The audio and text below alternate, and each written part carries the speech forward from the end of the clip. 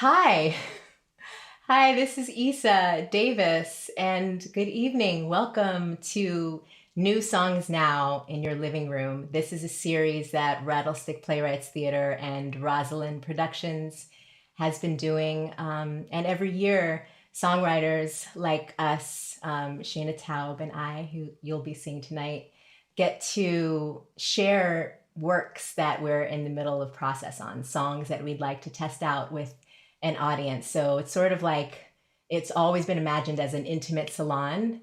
And that's literally what's happening tonight, where we are in our living rooms playing to you in your living rooms. And we hope that you are all well and in health and mourning and grieving well and taking care. So this is a exciting thing to do tonight, actually, to be able to play with my really good friend Shaina Taub. We're going to have a Q&A after our songs, and if you'd like to ask us any questions, you can put those questions into the YouTube comments. And also, if you'd like to donate to Rattlestick, you can do that at www.rattlestick.org/donate. And just in the spirit of keeping this interchange alive, if you're feeling like you want to follow along with some of the lyrics that we're singing, there's going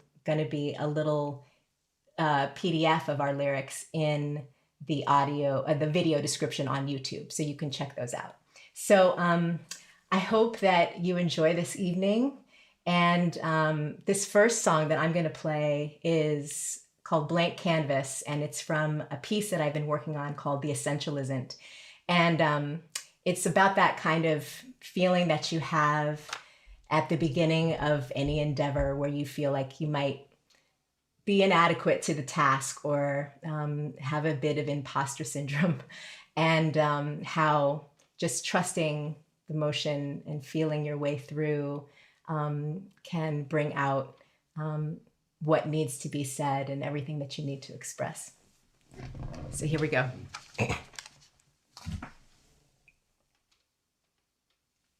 Okay.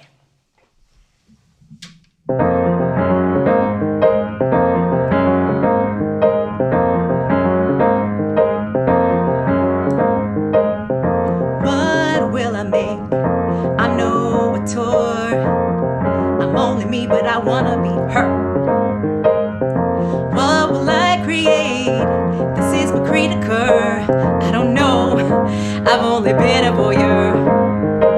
Am I an amateur? Yes. Am I a saboteur? Yes. This uncertainty I can't endure. What do I want to say? What do I hold dear to make my irony sincere? I'm trying to tell a story. Tell a story through my own nights, but who am I? I don't know how to testify.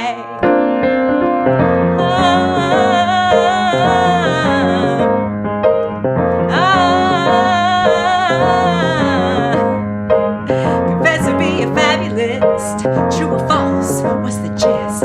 Could I be worth revealing that I exist? Show the world all my shame. They'll aim the hate lights here, or they might love me so hard I can't disappear. I'm trying to tell a story.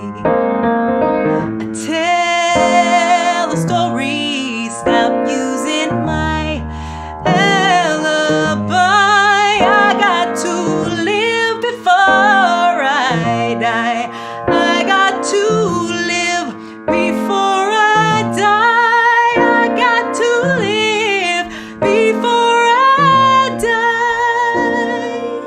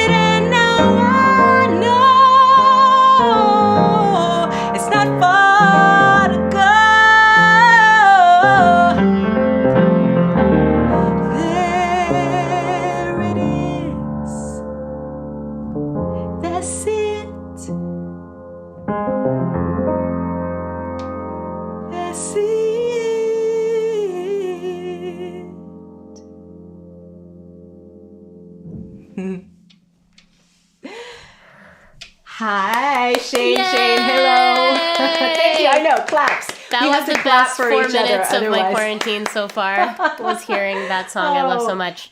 And I was singing along. You got to sing backup vocals on that song once before. I did at City Center for the Jamboree. It was so fun. Got to sing. Yeah, for those of you who don't know, Shaina and I go back a whole, I don't know, decade now? A long time. I think the first time we met was at an event in like a private home. I was with Liz Suedos and we were doing a song with a bunch of singers and you were playing on your... Imbira. I was like, Suspira? That's a movie. No, Imbira. And I remember meeting you at that. And then, we happened to be scheduled back to back at the Path Cafe. Yes. Is the Path Cafe still around? That was our first, I don't know. That was our first gig together. Maybe 2012, Greenwich 2013. Village, 2010 maybe? Or maybe, okay. Yeah, probably then. What is time? Yeah, what is time? We don't know. Hard to say. But do you want to sing a song for us, Shane? Sure, I would love that. Oh my gosh. Okay. You guys, Rattlestick Theater and Rosalind Productions have done such an amazing job getting all this sound tech together. Thank you to all of them for making this work. Can you hear me? Am I good? Yes. Sorry, that was more for my own personal sound anxiety and not for them. So thank you for bearing with me. Anyway, I'm going to play a song now. Here we are. I'm just in the weird corner of my bedroom with you guys. Welcome. This is a brand new song. Yeah, and I haven't gotten a chance to play it live or at a concert or anything, and it's called Another Winter.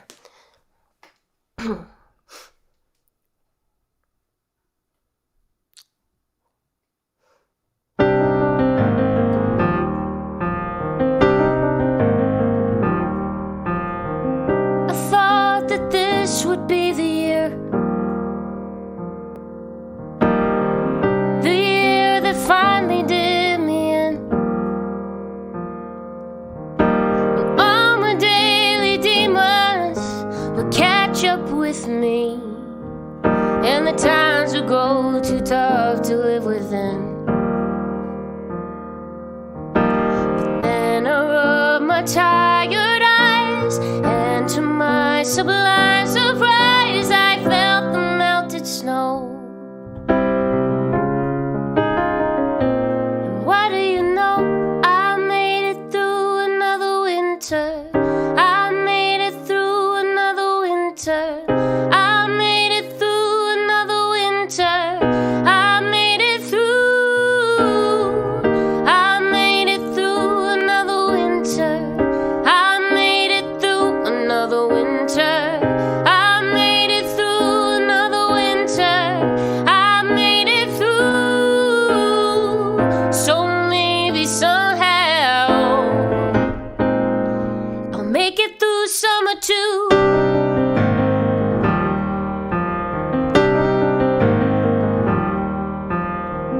You tell yourself you've had enough. One more loss and you'll break. Healing seems like something only other people do, but you just repeat the same mistake. Remember, you've been here before, and my friend, I'm pretty sure you climbed out of the rut.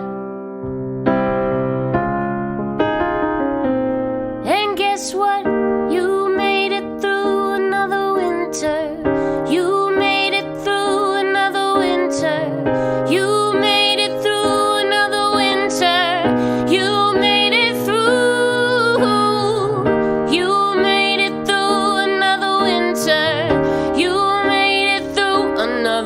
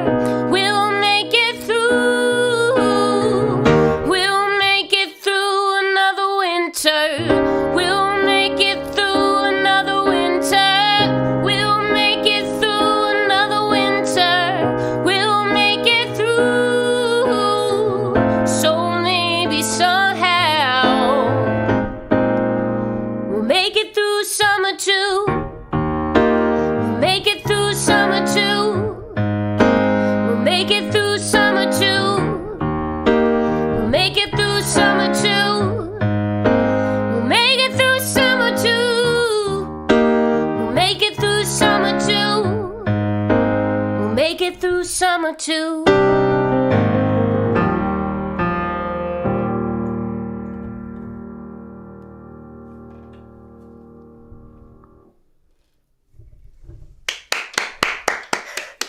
Thanks, Eisa. That's so weird. Could you hear me through the internet? Claps. I can hear you. I can hear you. Gosh. And also what's funny is that I can actually see myself in your window. Shit. In the reflection. See? That's so right. It's like, but it's sort of like Song Forum, which you have done also for 10 years in your apartment, just bringing together a community of songwriters to do something very similar to this, right? Just to try out new songs, right? Yes. So that's kind of what I feel like we're doing right here. Definitely. It's Digital. Like a little, Digital song forum share. Yes, totally. Oh my gosh, I see you too. I love it. See? I have Eisa in stereo. That's a great song, Shane. Thanks, Eisa. Yeah, I wrote it actually like over the holidays, but I don't know. And then weirdly, it sort of just feels how I'm feeling right now, Yeah. It's that feeling. It's like why I feel like I always want to live in New York, because like I always need the change of seasons, or I always want to live on the East Coast, I guess, because I need to know I can make it through another winter. Like every time when it gets warm again, I'm like, I did it again. I've done it before. I can do it again. Yeah. Because you have that need for that, you have a grit to you where you're going to just make it happen no matter what. I mean, that's you. Yeah. I get it. It's like it always, it builds you. Yeah. And I wanted to write something with one of those like really singable choruses. I feel like so often, and in theater writing and stuff, you have to write something that by nature is trying to surprise or throw you off guard or take you to a new place. And I'm like, I want to have a song where like, if you hear it once, you can sing that hook and join with me and know that you're not going to be off and you don't need, like, you can just sing along. Yeah. So that was and I love that, what's happening in theater now is that there's just so much more of that pop sensibility that we can actually, have a kind of build that comes through repetition, that we can kind of all go into a trance on that hook together. Obviously something like in Passing Strange, and it's all right. And we just would sing that and it just kind of like took the roof off, right? Yes. And that actually does have a space in theater. Absolutely. One of my all-time faves, Passing Strange. For those of you out there who didn't have the total privilege of seeing that production in New York, definitely check out Spike Lee's filmed amazing version of it and the original cast album featuring Eisa Davis. And just I was one of my favorites ever. Yeah. Oh, thanks. Yeah, it changed us all, I think, being a part of that. And I was reminded on the social medias today that today is the 13th anniversary of when we opened at the public. So yeah. Oh, really? Just ancient, but we're proud to be ancient. That's right. Though I remember I saw like I have an old ticket from May because you did those 11:30 late night shows. I saw it like many times, and they would do these like basically midnight shows. So fun. Yeah. Anyway, well then, yes, another song. Like, yes. What are you going to play next, Eisa? Excuse me.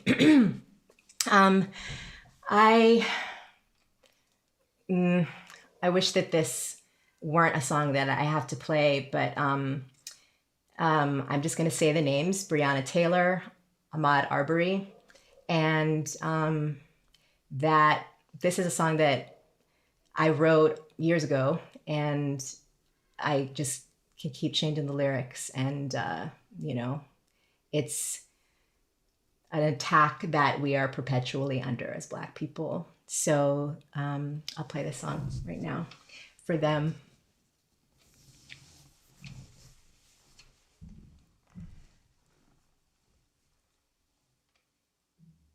I won't tell him who I really am. He'll still judge me from his own dash cam. Preconception before hello, ma'am. trash can liner. I'm not no little lamb, little lamb.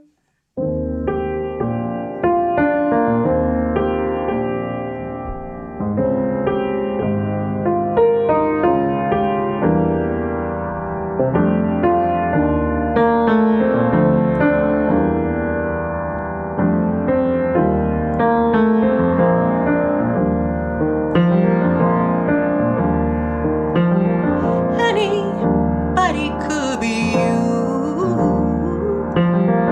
Any black body could be you. Any black body could be you. Any black body could be you. I wish I could say it's all changed since that passage down the middle.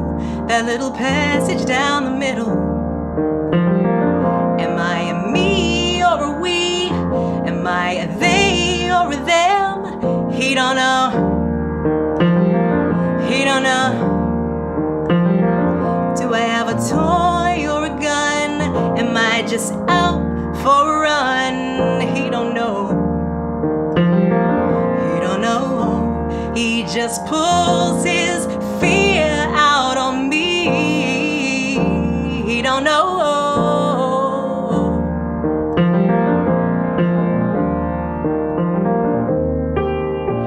How magical can Negroes be if we can't stay alive? What a difference this skin makes when we're trying to survive.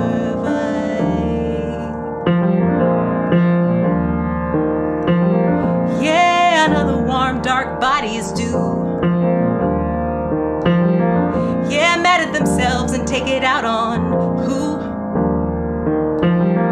My arms, my legs, my muscles, my skin, my hair, my lungs, my smile, my back, my voice, oh yeah. Desire fascinates, turns into murder rates, joined in one sweet embrace.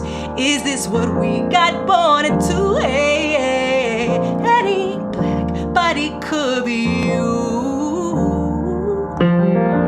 Any black body could be you.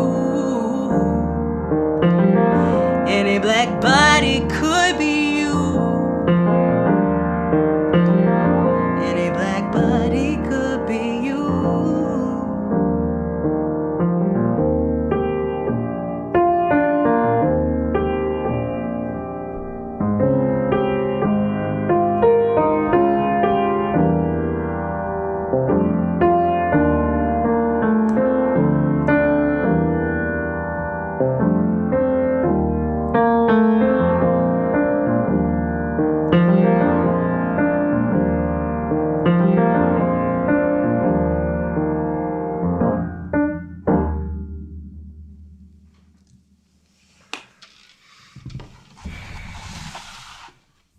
So powerful, so profound. Thank you for sharing that, Eisa. Yeah. You wrote that many years ago, you're saying? Yeah, it started in a completely different way, and then it's just changed, and new old circumstances, keep evolving it. Mm-hmm. Yeah. Evolving it like musically, or does it feel like the performance itself evolves? No, or just lyrically. Mm-hmm. Yeah. And that actually I mashed up some other lyrics from another song. But they're all sort of around the same question of it's not even a question. Right. this reality, Yeah. And there's something really, I saw this really, really great presentation given by Color of Change, Rashad Robinson there yesterday. And he was talking about how there's a difference between people saying like, oh, that's really unfortunate. and people saying, oh, that's really unjust, right? And unfortunate is just, oh, that's too bad. There's nothing I can do, or maybe I can just find a charitable solution. And then saying something is unjust, then you're saying, I'm not standing for this. I'm going to do all I can to change this so that we are in a more equal and just community and society and planet. Yeah. So, yeah, I thought that was really, I've always felt funny about that word luck and fortune anyway, but to be able to see that kind of opposition, I think is really good to think about our language and how we use it when we are processing and absorbing all of the devastation that's taking place historically and also right now in this moment we're in. Yes. Oh, I'm so glad to learn that. Yeah, that the words we use to describe the event itself carry so much weight, and just the framing of it. Yes. It's not luck, it's not fortune, it's a systemic travesty that this is allowed. Even travesty is probably not the right word. Yeah. Unjust. Yeah. Yeah. Yeah. And such a hard time right now that folks can't gather to be in the streets about I've felt that a lot in the wake of other unjust deaths, that the impulses to get in the streets and gather and make and take collective physical action, and it's so difficult right now to not be able to engage that way, to not be able to get in the streets, which has always been the biggest tool, or one of the tools, Yeah. And that's something that I know you have done, whether it's around women's rights, whether it's around anti-gun violence, that you have been out in the streets. I've seen you there. I've been there. This is one of the things I also just love about living here. On any given day, no matter what unjust, wrong thing that has occurred, that there's a lot of folks who want to get out there and shout about it. And that's one thing that kind of gives me hope, is that on any of those days, usually 5 or 5:30 in Foley Square, Union Square, there's something going on. So it's something I really miss right now. So I really love the 7 o'clock make noise out the window, because I feel like that's such a container. On some nights it's celebratory, some nights I feel like I just want to scream out the window. Yeah, it can really hold a lot of that right now. Yeah, and I feel like music does too for us. Just like gives us this place to feel, a space to just let down all of the things that we're going through, or perhaps even protected from right now. Absolutely. Yeah. Should we keep it going? I'm gonna take it. Yeah, I'll keep. Oh, yeah. I'm gonna play a song. It's this from a project. For those of you out there, that I'm working on about the American women's suffrage movement. And the speaking of in the streets, getting in the streets, and the agitation that happened in this country, especially in the decade leading up to the passage of the 19th Amendment in 1920. And when I began to research this project, one of the things that surprised me the most, and then as soon as I realized, of course, because it's still going on today, anyway, is just the amount of anti-suffrage cartoons, anti-suffrage songs, just like how rich and alive the anti-suffrage movement was. And especially just this culture of, political cartoon against the movement. And so much of it was about making fun of suffragists as like ugly and manly and battle axe harridans, and just trying to cast them as unladylike as possible. Because I think from where I stand, they weren't as much afraid of women voting, but as much of what that represented, which was a change to the gender roles of the time, and the thought of a woman leaving the house and actually doing something with her life was so terrifying to people. I think because they knew deep down how powerful we are. And they weren't wrong. But anyway, so a lot of them were sort of this like boogeyman, like warning of, ooh, watch out what will happen if we let the women vote, like all hell will break loose, and sort of painting this picture of what America would look like with women having some power. And there was one cartoon I saw, I don't know how the tech works, but I'd sent like an image, and maybe you'll be able to see this cartoon or see it in the chat or something, where it said, amazing, I love it. Give it up for Bartek, our incredible sound engineer here. Yes, Bartek. But So anyway, so this song, the cartoon says, America when feminized. Like, beware, this is the you know, what America will look like if we allow women to get this power. And so throughout the show, there's like a series of songs from this from this anti-suffrage point of view that are performed by women themselves. So I like to think we're like reclaiming it. So this is a song that opens the second act called America When Feminized. So just keep in mind, it's from the point of view of someone who is trying to warn everyone, beware what will happen if we let these women vote. And also to give you a sense of the time, this was in 1917. America had just entered the First World War. And this was sort of the beginning of, as I understand it, of the thought of dissent being unpatriotic, the idea of, you know, petitioning for a grievance or to getting in the streets in any way as being actually un-American, and was really tamped down on. And so in 1917, this was right around the time that the suffragists were amping up their in the streets agitation. They were the first American citizens to picket in front of the White House. So now all of the people against them, before they were just unladylike, and now they're also un-American, unpatriotic. And that was part of the really toxic brew that met them when they would stand in front of the gates of the White House every day. So this is America When Feminized. Oh, what? Did you talk to me? Oh no, you were saying Shaina only. I'm sorry. I'm so not used to this. You did a great job and I got scared. Take two. Brr, not live. Okay.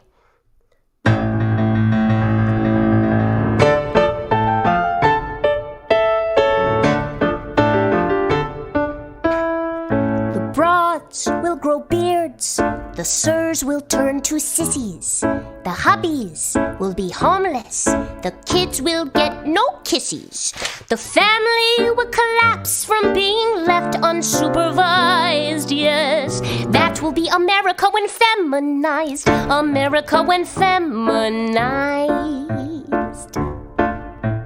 Our hens will fly the coop, fornicating every night, killing babies, marrying each other, that's right. Communities will crumble, so don't you be surprised. Yes, that will be America when feminized, America when feminized. This is the future the suffragette wants. Her pickets are seditious. She scorns the flag in wartime. You ought to be suspicious. For Germany she is spying, while our boys are over there dying. Will you let America be feminized, America be feminized?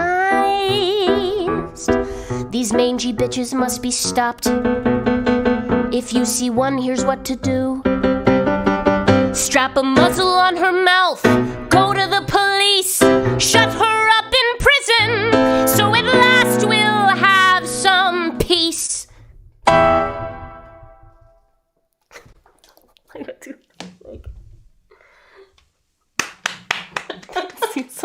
Wait, I don't think I've heard this. That's because it's new songs? Is it new? No! New songs. Now, yes, so this I wrote. I've always had the idea for it, but it always felt, since it wasn't as, I was so laser focused on like trying to get the characters, this was like candy. I like saved it for later, and I wrote it at the beginning of this year in my like rewrite round this year. Ooh. So we did do it in we did a Zoom reading, which is a thing that could happen now, and so we heard it then, but yeah, we haven't, it's new since you have seen it in November. Wow. Yeah, because I wanted to do, like sinister. a setup. Yeah, because what happens after this is then we go to prison where the suffragists have been in prison. So to me, I was inspired by things of like in Cabaret, like if you could see her, like moments where it's like something that seems like a comedy song that then like turns. Yes. And then it's, because there were real cartoons also that were like, know how to shut up a suffragette? Put a muzzle on her mouth. With like, you know, women muzzled and that sort of thing. And so it's like all fun and games until someone is in prison. Wow. Did you see how Ida B. Wells got a posthumous Pulitzer? Yes. I love that, you know, the intersectionality is a real concern for you, you know, making sure that the women of color who were fighting for the vote, as well as the white women, are, you know, represented in your piece. Absolutely. It's really important to me. Yeah, because it's so many incredible women that deserve a whole musical of their own. But it's important to me to also not shy away from the uglier aspects of the movement and the blind spots and the flaws and complexities and short-sightedness that a lot of the white women had. You know, speaking of intersectionality, it was not a very intersectional movement. You know, to me, I want to dig right into that and not pretend that these were sort of just, you know, simplistic warrior women who did everything right, because they were anything but. Talk about it, Shaina. Talk about it.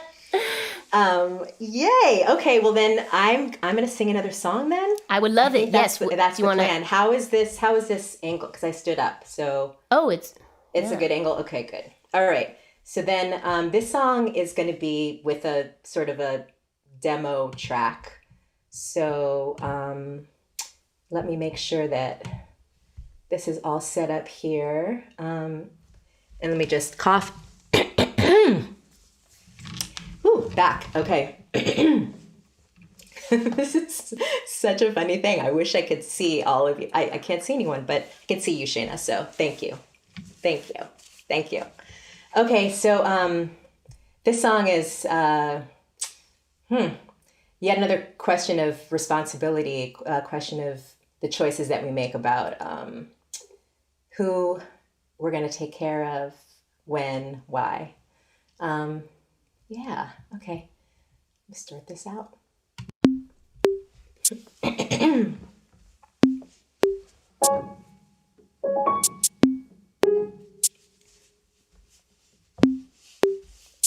Ain't got no kid.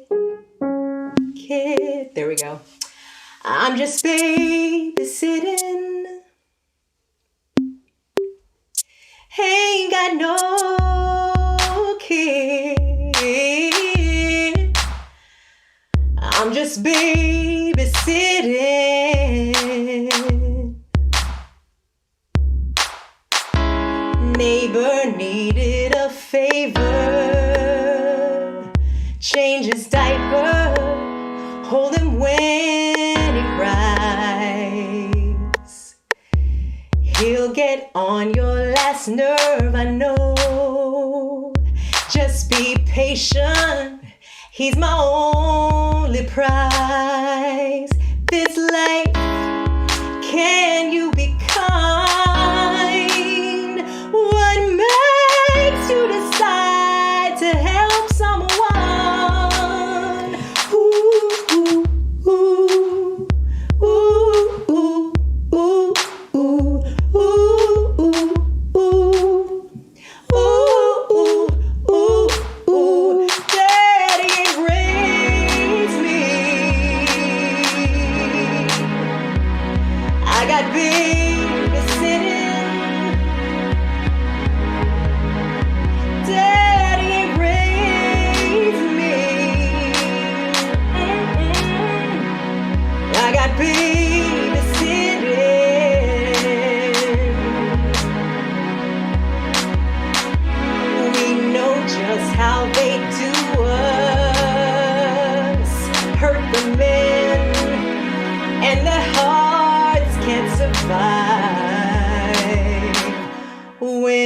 Take all the pain in. So much anger burning up inside. This life, can you be kind? What makes you decide to help yourself?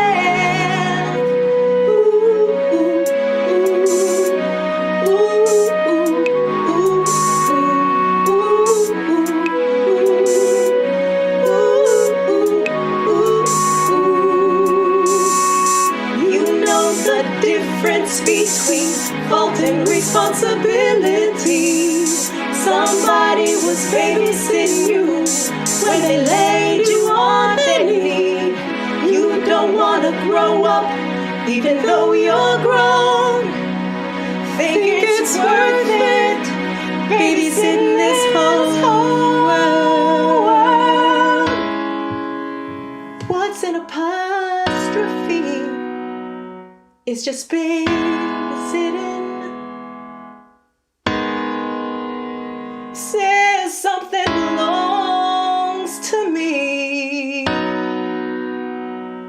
or that something's missing. This life, can you be kind?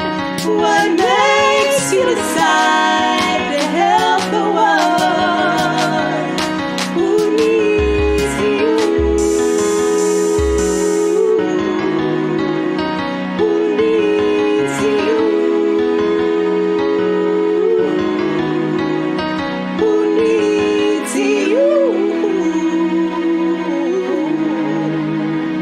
Who needs you?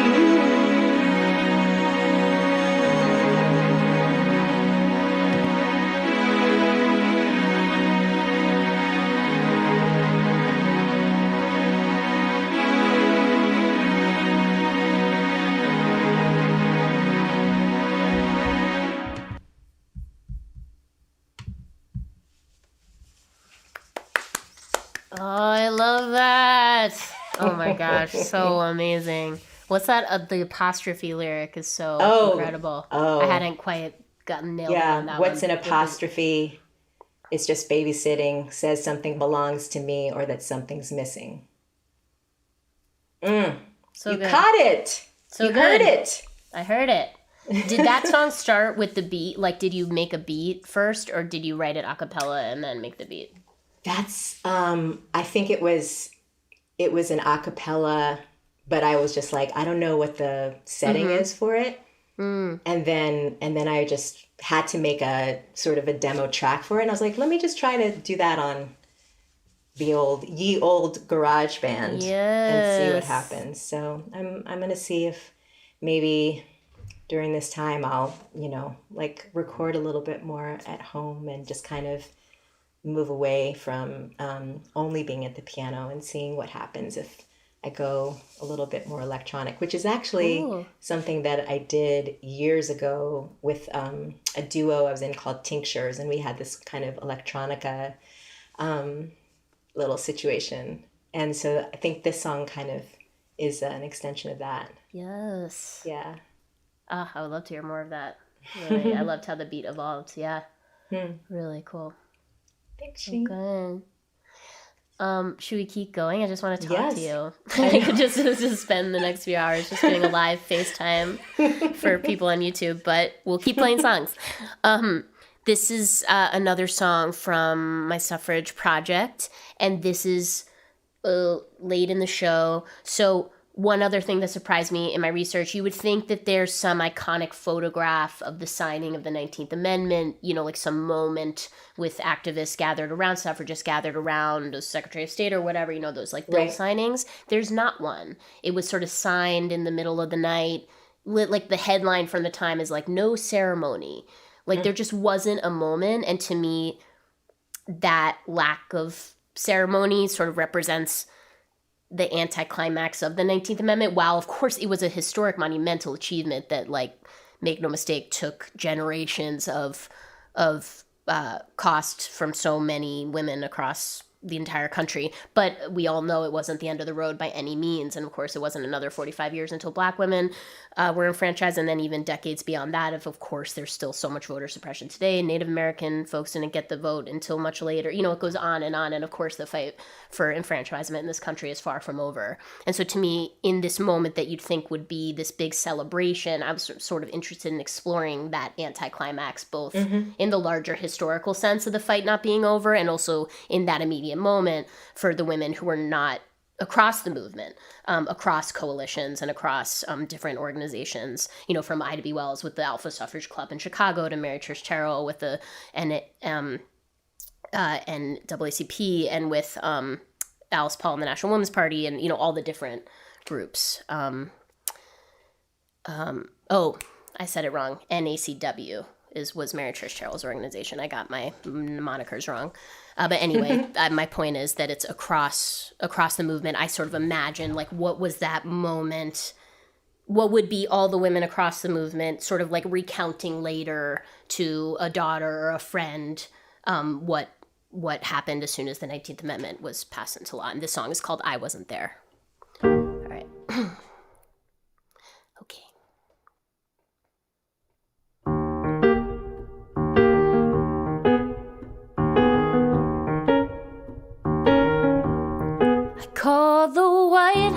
used to ask when the 19th Amendment would be signed into law.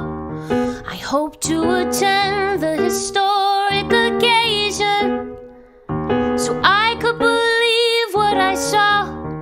But they told me you missed it, it happened already. I said no, that can't be right. And they said last night a man signed a paper behind a closed door in a room somewhere. But I wasn't there, I wasn't there, I wasn't there. There's no photograph of the 19th Amendment being signed into law. No row of women invited to witness. No handshake, no hurrah. There was no ceremony, no remarks, no amen. No one got to keep the pen. Instead, a man signed the paper behind a closed door in a room somewhere. But I wasn't there, I wasn't there, I wasn't there. But I wasn't there, Sojourner Truth wasn't there, Lucy Stone wasn't there, Susan B. Anthony wasn't there, Sikala Shah wasn't there, Mabel Ping Harley wasn't there, Adelina Otero Warren wasn't there. A man signed the paper behind a closed door in a room somewhere. But I wasn't there.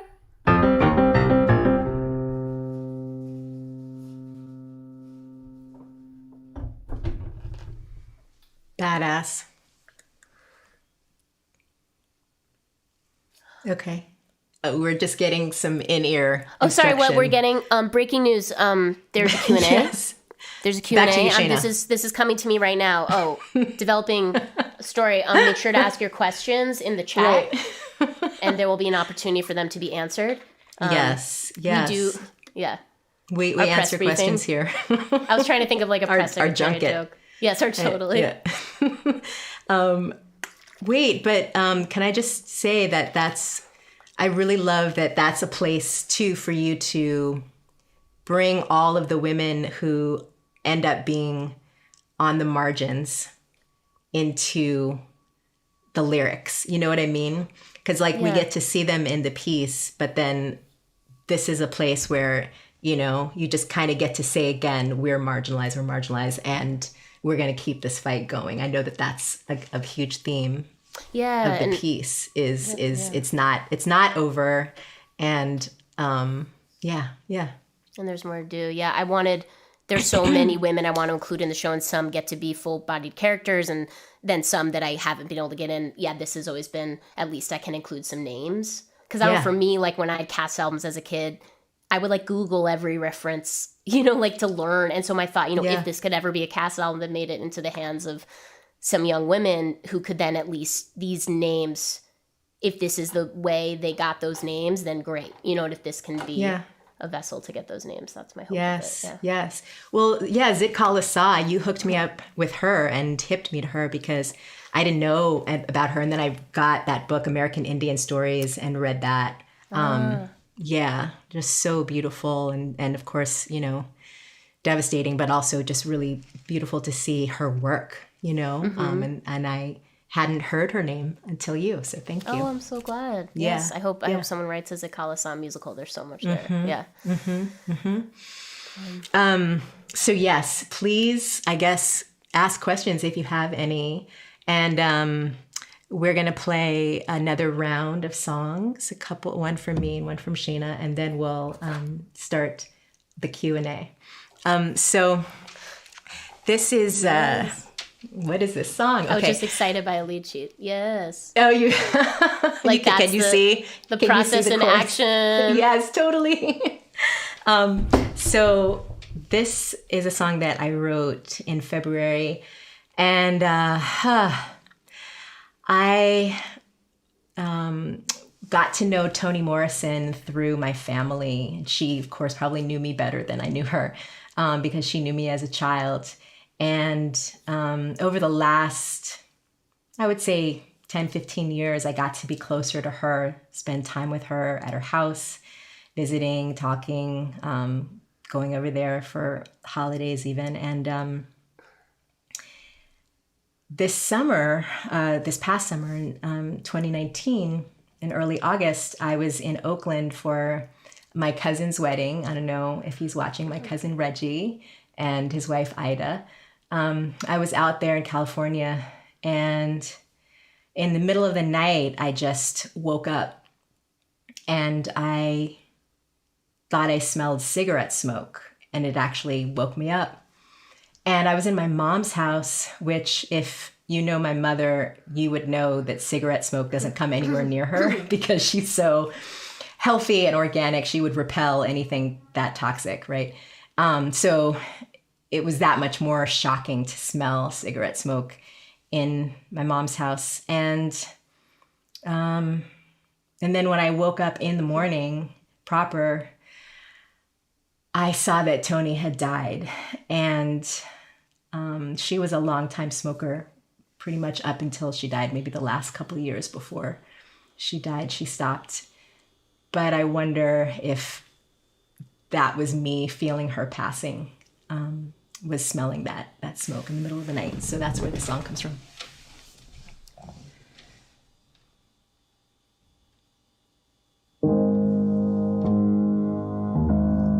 Cigarette smoke, 3:30 a.m. Smell threw me out of my sleep in Oakland,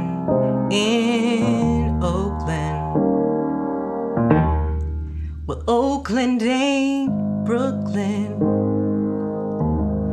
where the night's cut by sirens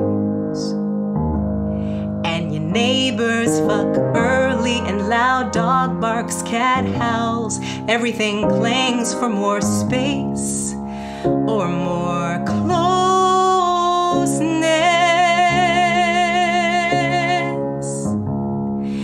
In these old buildings, cracks standing for decor, and coughs and bass lines and laughter and the chords from my piano make their way through the floorboards or ceiling. Sometimes there's smoke burning your nose, cigarette smoke. But that's all in Brooklyn, which is another kind of Oakland. And in my Oakland, that's in Oakland, California,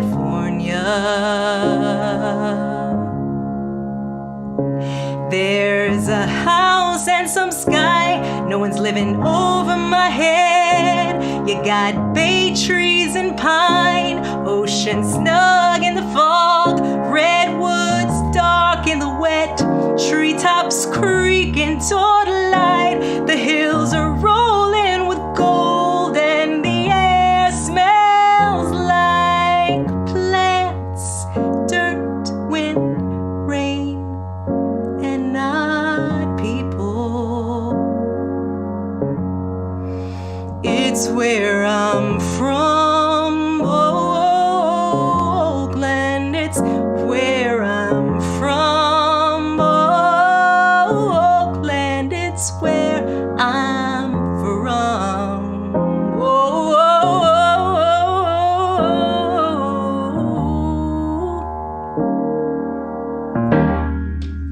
But I love Brooklyn,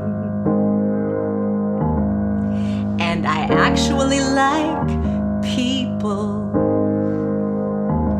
just not their cigarette smoke. Smoke that's thicker than my sleep, tighter than my hair.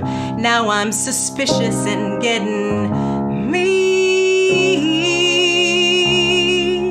And then when the dawn has licked its teeth bright, the phone tells me why that smoke came in the night.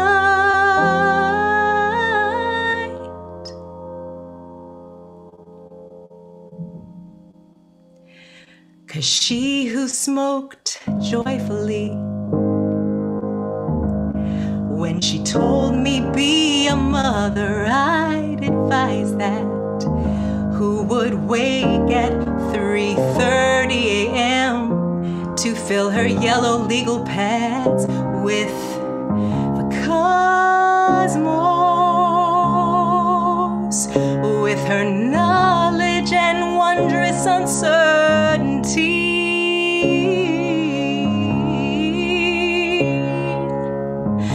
Like that cigarette smoke, she got up out of her body, hovered in the air, moved into our breathing, closed what once were her eyes, and threw us all awake, and threw us all away.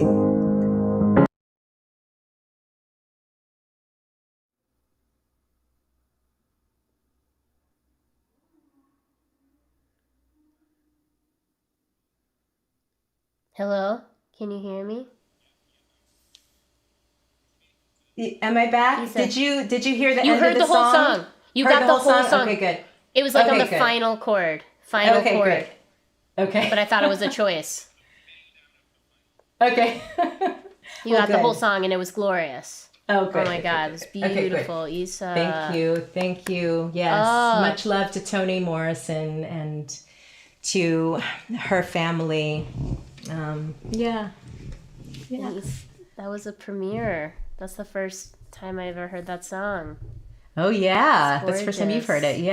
Yeah. We got to do it at BAM for a big celebration, a birthday celebration for her in February, and that's when I wrote it. Yeah, so Yes. I'm Beautiful. glad to sing it for you and for everyone who's Gorgeous. able to join us tonight. I love it. I love it's like at the end you use the minor 4 chord for the first time at the very end of the song. Is that right? Oh, almost. It was also at the very beginning. Oh, amazing. Very But beginning, it yes. felt very Oh, like it wow. really hit me at the end. It was just like that, like color, like right the really Shaina. punch. That's my fave. Cool. Minor 4 peeps. is Minor like, 4. Oh no, you love have, like, a yes. root, and then you go a to nice minor diminished. 4. Yes. Or you can better. Yes. Yeah, Yes. totally. I love Yeah, a minor that's 4. so you. You do. I love a minor 4 so much that I have to like ration it. I just feel like I binge on a minor 4, and Yeah. sometimes literally at a song I'm like, you can't. If that's gonna be your minor 4, is that really gonna be where it's like a card I only have one of, and it's like if you're gonna play, you might want to save that for a later hand. Anyway, chord talk. Speaking of minor Yes. 4, there's minor 4 in here. I There think I better only be. did it once. Okay. I really do overuse It's- it though. But you love that. It tells us where we're going. I love, this is just my fave. It's 1, 3, minor 6, major, minor 4, Yes. all day long. That's it. So it's always That's just a how you challenge live. to not do that. Like that's what I want to do every time. Right, So right. I can't do it every time. Anyway, it's just a You little just do digress. little chunks of it. Or I find Per song. alternates, like recently I found like going to like the minor of the 3 as opposed to just the major of it. Yes, Just yes. little alts. Yes. Colors, nuances. Totally. tints and Anyway, hues. yes, Tinctures, as my favorite electronica duo of the past used to call themselves. Too much.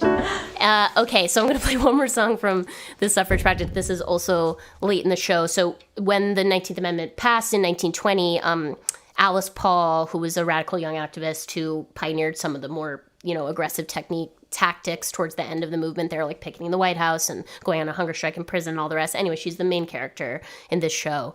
And basically, as soon as the 19th Amendment passes, she was already on to the next thing. She's like, oh, let's make another amendment. Let's make a amendment that's more comprehensive and gives equal equality under the law for women across the board, not just for the franchise, but beyond. And she authored the first iteration of the Equal Rights Amendment that we know as the ERA.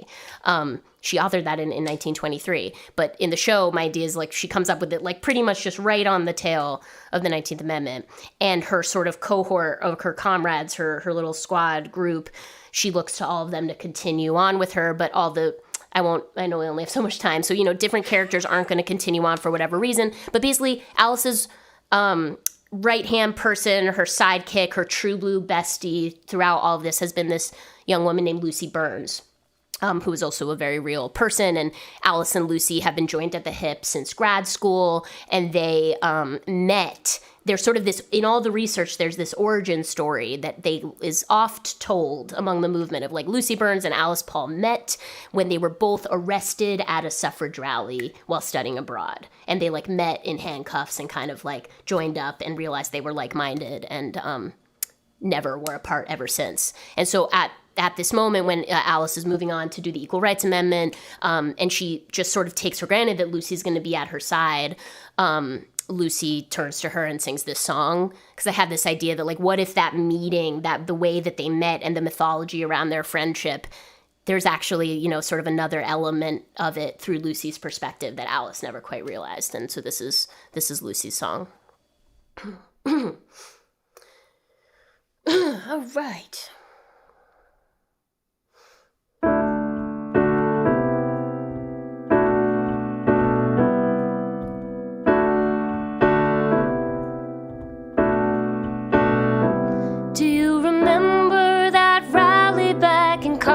When we met, I never told you this, and I know you'll be upset, but it was actually by accident that I was even there.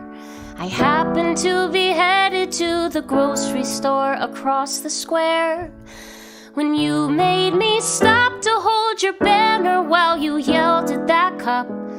Then before I could protest, we were under arrest. Remember how we only had one pair of cuffs, so we cuffed us together like I was one of the suffs. And ever since I've been here by your side, 'cause I just really love being along for the ride. But I've done my time, I've fought my last war. Now I'm not marching anymore. Please don't try to change my mind, 'cause I'm sure I'm not marching anymore.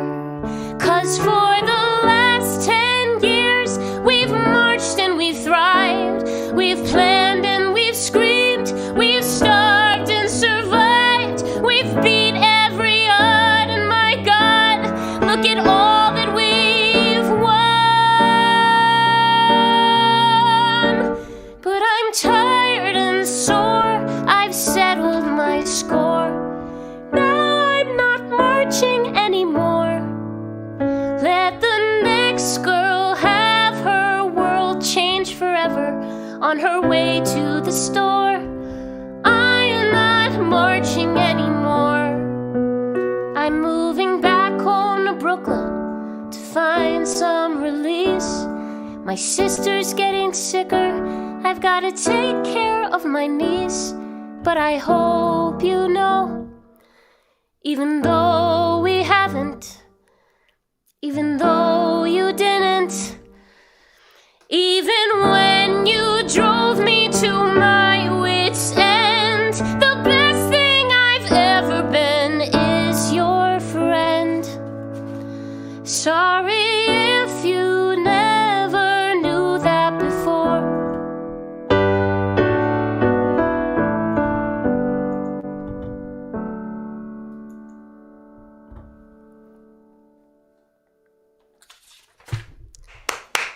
Thank you. Yes. That's really, I mean, I don't know, I guess I'm thinking about that moment when people leave the front lines. The front lines, I mean, not our frontline workers right now, who we're thankful for, but people who leave the front lines of the struggle. Yeah. You know, when they decide it's time to move out of that particular form of activism into another, or, you know, a smaller form. Yeah. Yeah. The tagging out. Yeah. Yeah. And that. Yeah. Breaking yes, news. are we getting my source, my cameras in the street are telling me, we have okay. Oh, look, guess what? We have a question from Max Vernon. He's the wonderful songwriter of The View Upstairs and of K-pop, and he was on this series last week. We got to hear his new stuff from Show and Tell and The Tattooed Lady, and he's asking us this question, which is, how do you two stay balanced, grounded, how do you two stay balanced and grounded? That's two things, while continuing to create work. Shaina? Okay. The great question, Max. Hi, Max. Max is an incredibly talented, just supernova of talent, and we love him. For me, I mean, there are two things. I read, shortly after college, I read Twyla Tharp's book, The Creative Habit, and that really just like informed a routine I've kind of built for myself over the years, that when I feel ungrounded and unbalanced, it helps me return, which is sort of like logging my writing and creating systems of accountability in my own life, be it with something like a song share or, my husband and I going over our goals together, me and my friends setting up systems of accountability where I, for like 10 years now have sort of logged. I create like a chart at the top of each year with my projects, and I very intensely log when I write and set week to week goals. And I don't always meet them and I fall short all the time, but for me, there is grounding in just the accounting. Like I like to be like, I did this, I did stuff. And for me, when I feel, just today, I was like, it's been 2 months of quarantine and I've done nothing. And I looked at my chart and I was like, you've done things. You have. Look, it's written right there. And like for me, that helps me. So that's a big one. What about you, Ease? Well, I feel like I'm always discovering new ways to do it, especially now that we are in this very different way of being that actually, just intensifies all of the ungroundedness or, imbalance that we might feel. And at the same time is providing a kind of, Groundhog Day reliability, right? Where we just know, it's going to be the same thing. We're not going to be able to see the people we love. We're not going to be able to be in rooms or making theater or seeing live performance, music, dance.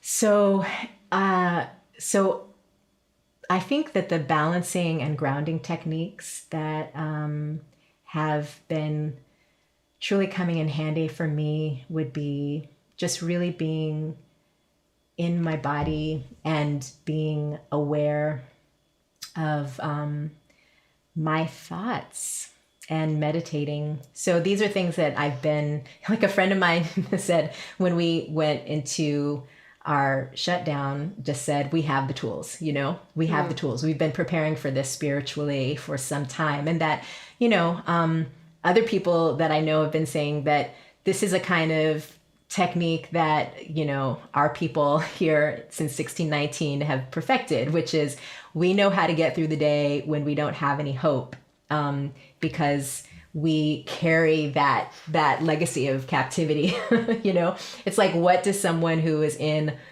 a cotton row, who's enslaved, like, what do you have to look forward to? And you just keep on generating this hope that there is going to be something better, if not in your lifetime, afterwards, and the generations afterwards. And so I think that that's sort of, that's the thing. It's like, so yes, to be balanced and grounded, Max, I just think 1619, is it 1619? It's not. So I'm cool. That's basically what I do. Oh, there's a second question. Do you see that, Shaina? There's a second question. Oh, I'm getting them from my headphones. No, Oh, okay. I'll read it out. It says, I was joking. Oh, okay. You can see it? Can you see Yes, it? I'm Why being don't you dumb. read this question? I'll read it. Why don't you Okay. read it? Okay. Nick Corley, I think. Hi, Nick. You both are amazing. Oh, thank you so much. Thanks. When did the light bulb go off that you wanted to write and not just perform? Or did you always do both, Eisa? I always did both. And again, if there's family of mine that's watching, they know, they've been subjected to it. The living room shows since I was 6, right? You know, dancing and forcing my sister and my neighbors, you know, to do all kinds of strange things, you know, in the living room in order to get like some kind of attention. It's true. I was like, let me see if I can try to distract my parents from their really, really interesting conversations about, you know, I don't know, disarmament, you know, the economic bill of rights that still hasn't been passed, but hopefully we'll get that passed at some point soon because we still need it. So, yeah, I think I just was always doing it. And I think that's what's so fun about now is that I'm still doing what I got to do for fun as a kid. What about you, Shane? What I wouldn't give for VHS footage of the 6-year-olds. Eisa Salon. I want that desperately. I hope it's in a closet in Oakland somewhere. For me, I was performing always since I was a little kid and really performing only. And I performed all through high school and I came to college as a performance acting major. And really that was what was on my mind pretty single-mindedly, even though I played piano and whatnot. And then for me, the light bulb moment was I took a class with Elizabeth Swados that I was encouraged to take by my friend Sam Pinkleton. Because I kind of had a little inkling inside, like, oh, what are they doing over there in Liz's class? Like, it looks fun. And then Liz, very early on in that class, was like, you're a writer, right? And she had that just sort of push me out before I was ready, amazing faith in young people that, like, I didn't know, but she knew. And so then that was maybe sophomore year of college, and then I really started writing. And but now that I've always thought of that as a light bulb moment, but I look back and, I was writing some crazy play or musical like in 6th grade. Like, I look back and I think I was always doing it. I just never thought it could actually be something real. It sort of felt like the side fantasy hobby. Whereas acting felt so practical and tangible. I mean, now that I say that sounds ridiculous. But I didn't think I could actually do it until I had a teacher who really was like, yes, you can, go. Yeah. But I think that's something, there's a final question coming in.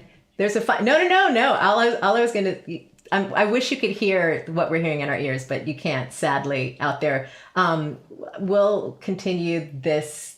Oh, Q&A from my sister and niece. Hi. Oh, really? Yeah, my sister she's in Arlington. She's asking, my sister and niece Dorsey, who is also a singer, and just graduated from Duquesne University. Woo woo. Yeah. What are your top 3 artistic inspirations, Shaina? Ooh, okay. Let me think across the board. I mean, musically, I'd say Stevie Wonder for sure. Who is its birthday today? Or yesterday? Yesterday. Okay, I'm losing track. Happy birthday, Stevie. Happy birthday! Day to ya. Just for melody and for prolificness. I mean, just we were talking about the other day, you said just the amount of albums in the 70s just straight in a row. It's enough. Any one of those albums would be enough of a masterpiece for a lifetime. Anyway, so him. And then a big one for me is the composer Janine Tesori, who's just, to me, such, in terms of my like theater work, just the way that her composer voice just immerses so fully into whatever character or story she's writing. Is something that's inspired me. And I have to pick just a third. Who should it be? Just for now. Okay. I mean, it's gotta be Carole King, I guess. I mean, just she pioneered so many. It's sort of, you go back and you listen, you're like, oh, like that idiom she created. Like, it's just so foundational. And I find myself just always returning to those early albums. Yeah. Yeah. Those are 3 for me. Yeah, I know. It's hard to say top 3, Anise. That was unfair. It's always unfair. But mine are simple. I think you heard Toni Morrison. I would say Prince. And I would say hip hop, period. Just as a genre, period. That's, you're seeing, I'm wearing my delicious vinyl shirt. I don't know if you can all see it, but this is a label that sadly one of the founders just passed recently, but it's like Farside and Brand New Heavies and Young MC, Tone Loc. They were all on, and Master Ace, they were all on this label. And I discovered this in storage recently, and I was like, I've got to put this on my delicious vinyl. Love it. So. Love it. Oh, okay. So we're hearing that there are more questions, but we actually don't have time. It looks like we're just have time for our last there's another two show songs. at 9:30. They have to start seating. We have to clear the space.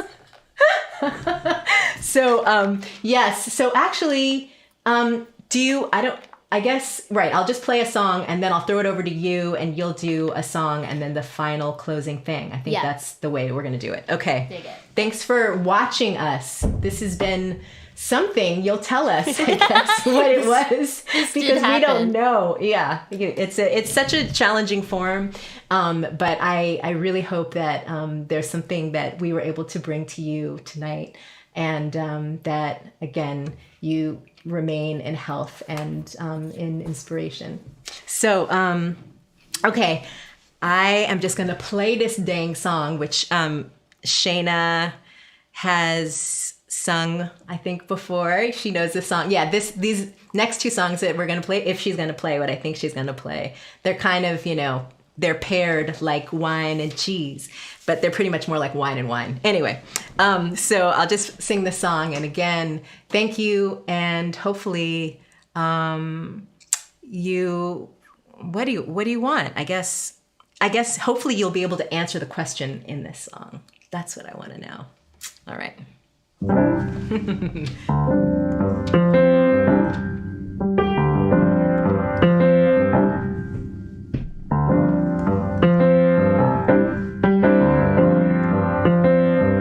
Every morning you're scared of people, the callous ladies, the mechanized men in your world. You know something's out there or inside, dangerous, snarling, crouched and curled. When the day springs to its feet, teeth bared, the big cat wants to eat. Will you love it? Will you love it? Will you love it? With your tired morning eyes.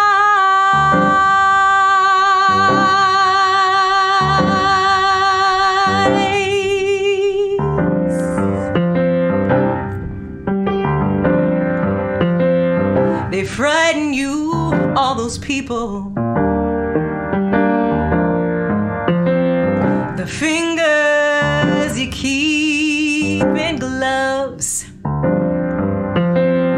the phone calls and glances you won't return, the drooping shoulders of your broken loves.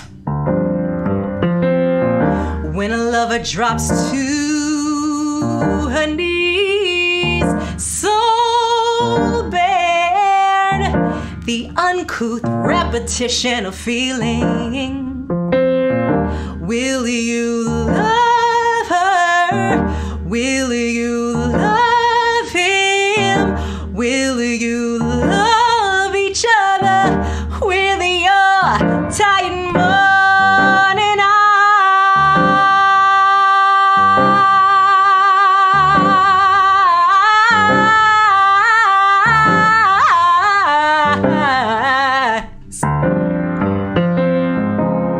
Let your edges be found.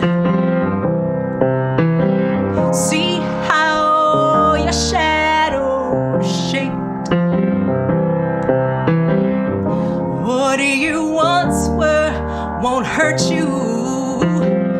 The future is now. Don't play the tape. Are you a character or a farce? Write each moment like yours.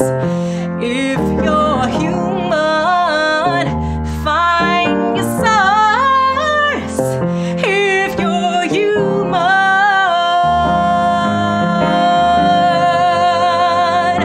find your source. You gotta find it, find it, find it, find it, find it, find it, find it. Oh, it's okay. We're just talking. I see your eyes, they're stalking every thought you never thought you'd let yourself think. Unintended but entrenched habits turn new days into old days, and now your mind's on the blink. When you just can't bear the heat, sleep's not, your head is too loud to live in. Will you love it? Will you love it? Will you love it? Will you love it, love it, love it? Will you love it every morning? Will you love it each and every morning? Will you love it every morning? Will you love it each and every morning? When you rise, will you love it? Will you love each day? Will you love each day? Will you love? Will you love it? Will you love it every morning? Will you love it each and every morning? Will you love it every morning? Will you love it each and every morning? Will you love it?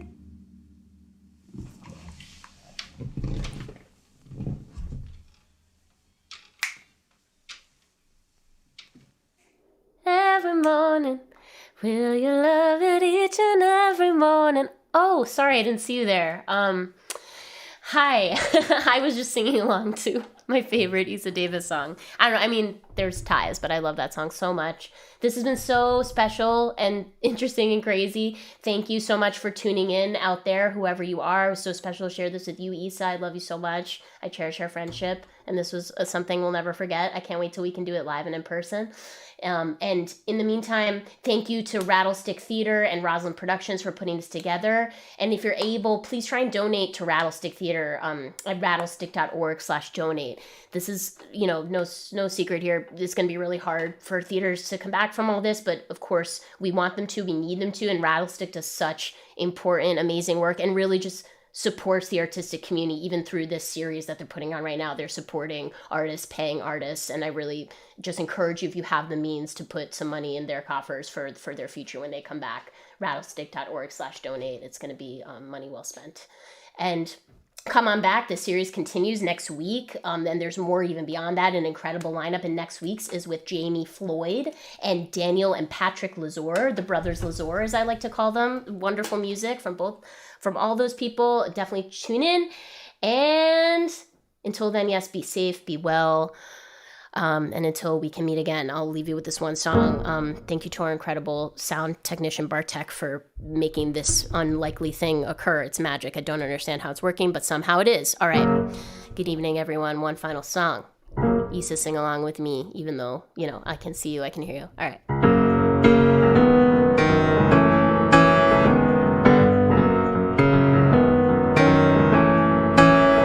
On the heaviest day, on the bitterest night, still I will love, when I'm tired and hungry, and we're in a fight, still I will love, we change and we grow, as we ripen and rot. Still I will love when nothing turns out quite the way that we thought. Still I will love you. When I'm scared to lay bare all the pain in my chest, still I will love at our bravest and weakest, our worst and our best. Still I will love when we lose all our hair and our teeth and our minds. Still I will love when the scenery falls and I mess up my lines. Still I will love.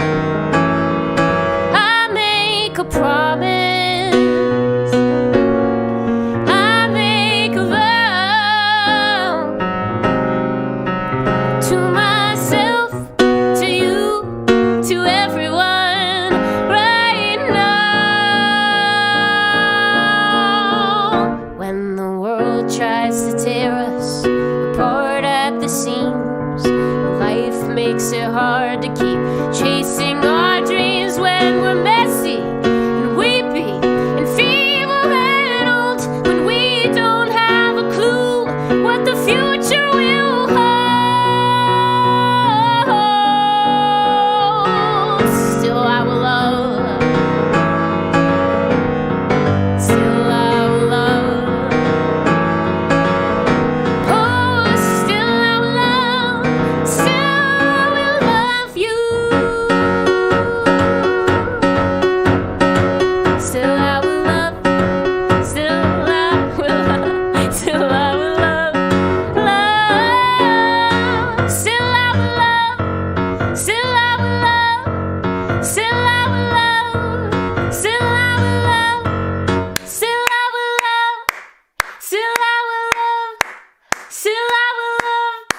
Still I will love. Yes, it was like in canon. We made the delay work for us. Oh my gosh, Isa. Okay, thank you so much, everyone. Thank you, Isa. Thank you, everyone. Good night. Good night. Be well.